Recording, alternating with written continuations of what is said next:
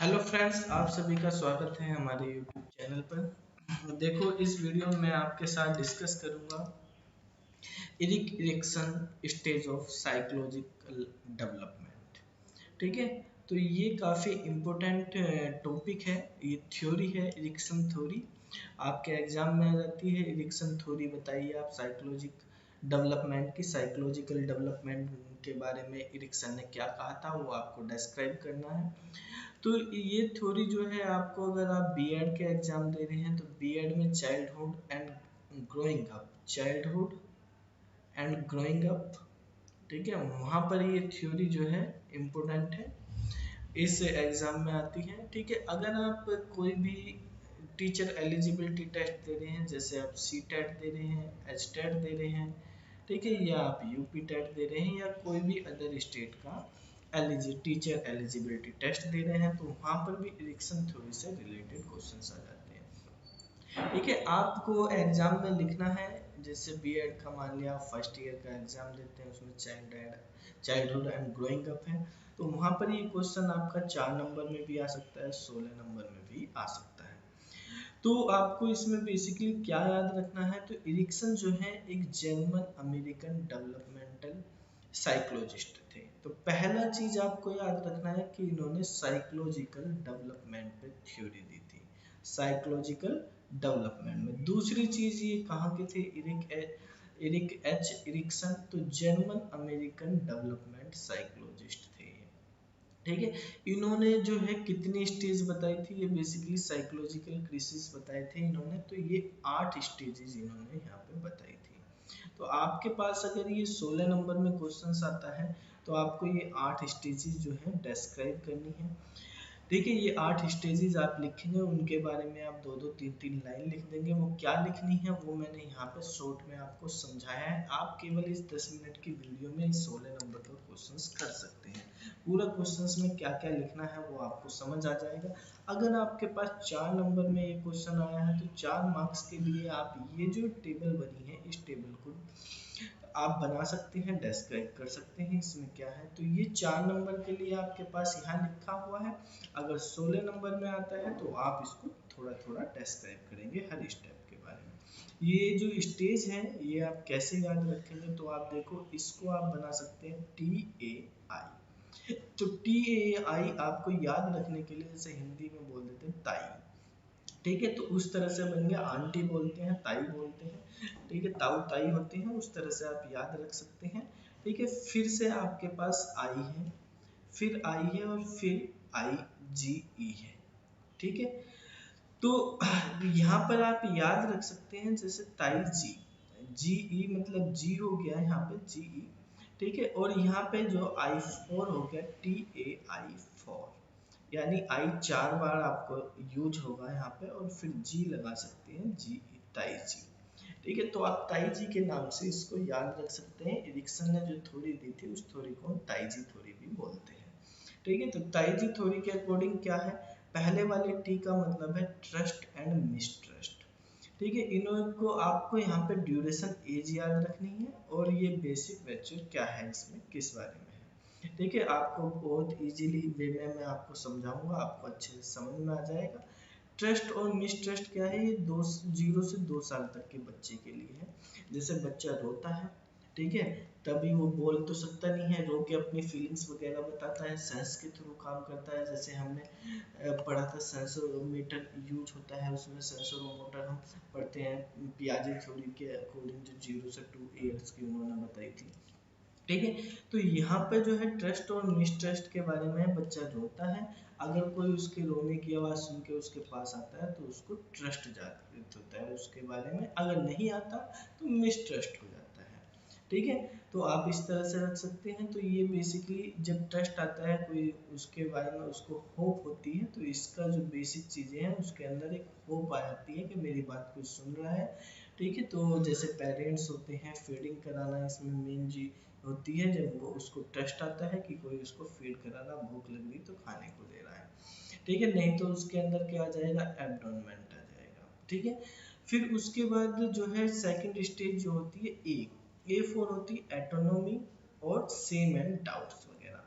Autonomy मतलब उसके अंदर थोड़ी सी अपने आप में विल पैदा होगी अपने आप के प्रति। मान लिया जैसे अब बच्चा 2 से 4 साल का हो गया तो उसको टॉयलेट ट्रेनिंग दी जाती है, ठीक है। फिर वो अपने आप जाए टॉयलेट करे। पहले तो 0 से 2 ईयर्स का बच्चा खुद टॉयलेट नहीं कर सकता है, तो लेकिन अब उसको टॉयलेट ट्रेनिंग दी जाती है, तो वो अब धीरे धीरे टॉयलेट ट्रेनिंग सीख जाता है। तो उसके बाद उसके अंदर जो है एटोनॉमी आ जाती है, ठीक है, उसके अंदर विल आ जाती है कि हाँ मैं ये कर सकता हूँ, ठीक है। तो अगर नहीं कर सकता उसको, जैसे बच्चों का जो है बेड पे निकल जाता है छोटे बच्चों का, तो फिर उसमें सेम या डाउट्स आ जाता है अपने। तो इसी तरह से यहाँ पे ये एटोनॉमी और सेम एंड डाउट्स का होता है 0 से 2 साल तक। फिर आई आता है इसमें। आई का मतलब इनिशिएटिव एंड गिल्ट। इनिशिएटिव मतलब अब वो कुछ काम करना, जैसे 4 से 5 साल का बच्चा होता है, खेलना शुरू करता है, ठीक है, अपने फ्रेंड्स के साथ खेलना शुरू करता है, कुछ प्ले वगैरह नई चीज़ें करना शुरू करता है। आप उसको टॉयस वगैरह ला के देते हैं, टॉयस को जोड़ना वगैरह ये सब करना चाहता है। तो अगर आप उसको सपोर्ट करते हैं तो वो उसको इनिशिएटिव मिलता है, तो उसको एक पर्पस मिलता है, सही है, एक पर्पस से रिलेटेड होता है। अगर आप उसको डांट दोगे कि नहीं ऐसा नहीं करना, हर चीज़ पे रोक लगाओगे, तो वो गिल्टी फील करता है, ठीक है। नेक्स्ट है इंडस्ट्री वर्सेस इनफेरिटी। तो इंडस्ट्री का मतलब क्या होता है? इंडस्ट्री का मतलब होता है कि अब उसको जो 5 से 12 साल का बच्चा होता है वो स्कूल जाने लगता है, इसको प्री स्कूलिंग भी बोलते हैं। ये वाला जो था हमारे पास, ये जो था ये प्री स्कूलिंग था और ये स्कूलिंग हो गया है। अब वो यहाँ पे जो प्री स्कूलिंग में घर के पास बच्चों से भाई बहनों से खेल रहा था, अब यहाँ स्कूल में जाता है, वहाँ पे स्पोर्ट्स में हिस्सा लेता है, स्कूल की टेस्ट करता है, प्रोग्राम्स में हिस्सा लेता है। तो वहाँ पर अगर वो अच्छा करता है तो उसको माहौल मिलता है किस तरह से उसको रहना है, टीम में कैसे काम करना है। तो इंडस्ट्री लेवल की उसके पास चीज़ें किस तरह से वर्क करना है वो आने लगती है, ठीक है। अगर नहीं कर पाता वो उन चीज़ों को सही तरह से, तो उसमें इन्फॉर्मेलिटी आ जाती है। नेक्स्ट है आइडेंटिटी एंड रोल कंफ्यूजन। कि जब 13 से 18 साल का होता है तो फ्रेंडली होता है, वो फ्रेंड्स वगैरह होते हैं, सोशल रिलेशनशिप्स होती हैं उसकी। तो अब वो देखता है कि उसे फ्यूचर क्या करना है। 13 से 18 साल का बच्चा होता है तो अपने फ्यूचर के लिए कि उसको अब आगे क्या करना, फ्यूचर में क्या करना, फ्यूचर के प्रति वो रेस्पॉन्सिबल हो जाता है वहाँ पर, ठीक है। तो वो आइडेंटिफाई करता है कि उसको फ्यूचर में क्या करना है, क्या रोल्स होंगे उसके। अगर रोल्स में कंफ्यूजन होता है तो उसको फिर कंफ्यूजन आ जाता है, उसको वो डिसाइड नहीं कर पाता कि क्या करेंगे। तो मेन तो ये हमारे पास यहाँ पे इसके जो है 5 स्टेज ये मेन है। यहाँ तक एडल्ट हो जाता है बच्चा। तो मेन स्टेजेस यहाँ है डेवलपमेंट की। फिर आगे की जो 3 स्टेजेस हैं ये IGE, ठीक है। तो इनको आप IGE भी बोल सकते हैं। तो ये बेसिकली क्या है, इंटीमेंसी एंड आइसोलेशन। इंटीमेंसी का मतलब होता है कि आपका देखो ये वाली जो स्टेज है ये लव से रिलेटेड है, ठीक है। 18 से 40 साल के बीच में जो है पर्सन एडल्ट हो जाता है, वो इंटीमेट रिलेशनशिप बनाता है, ठीक है।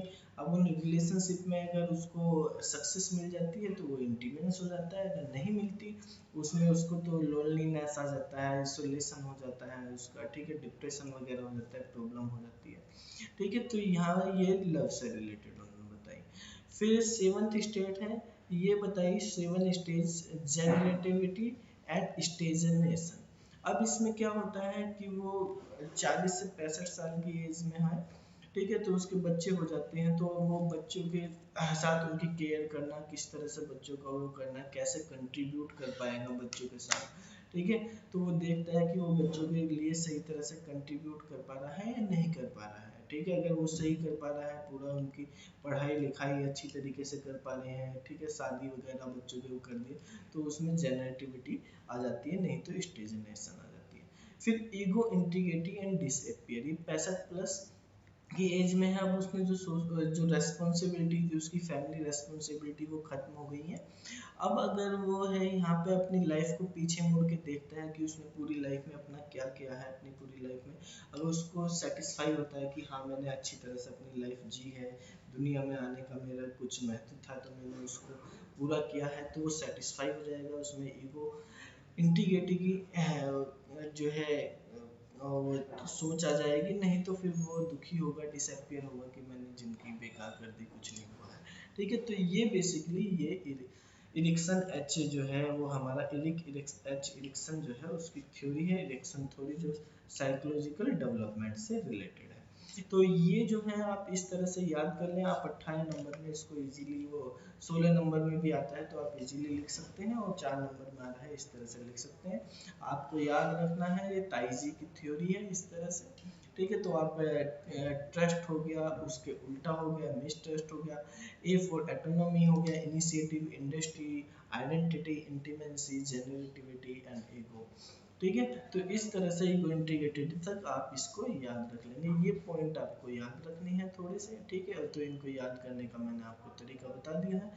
तो आपको ये वीडियो कैसी लगी उसके बारे में हमें आप कमेंट बॉक्स में करते बता दीजिए। आपका जब तक एग्जाम रहेगा तब तक हम ये करते रहेंगे, और रेगुलर कंटिन्यूटी आगे भी हम इसमें पढ़ाई कराते रहेंगे, आपके सीटेट वगैरह की भी, उसमें भी आप हमारे चैनल को सब्सक्राइब कर लीजिए, ठीक है।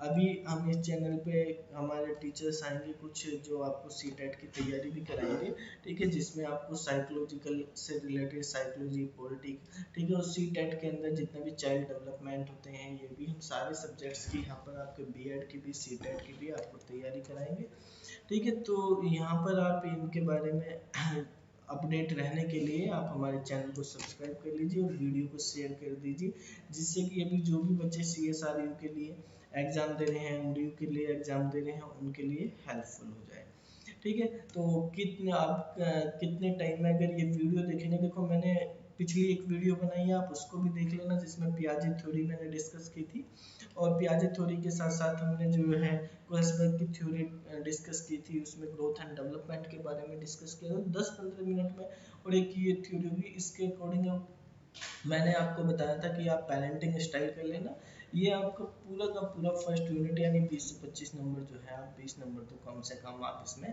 गेन कर ही लेंगे। जब आप अगर 80 में से 20 नंबर यहाँ पे गेन कर लिया आपने इन 2 वीडियो से, तो मतलब आप पेपर पास कर लेंगे 100%, क्योंकि बाकी और भी हो जाएगा। अब हम आपको बाकी वीडियो भी, सेकंड यूनिट की भी 2 वीडियो, थर्ड यूनिट की भी 2 वीडियो, और फोर्थ यूनिट की भी 2 वीडियो, ठीक है। तो 2-2 वीडियो हर यूनिट से हम आपको प्रोवाइड कराएंगे। यहाँ पर आपको 8 वीडियो में आप 80 नंबर का आपका कंटेंट जो है हम कवर करा लेंगे। 15-15 मिनट की वीडियो है, आपको 8 वीडियो करनी है, तो 4 घंटे में आपका पूरी बुक कवर हो जाएगी।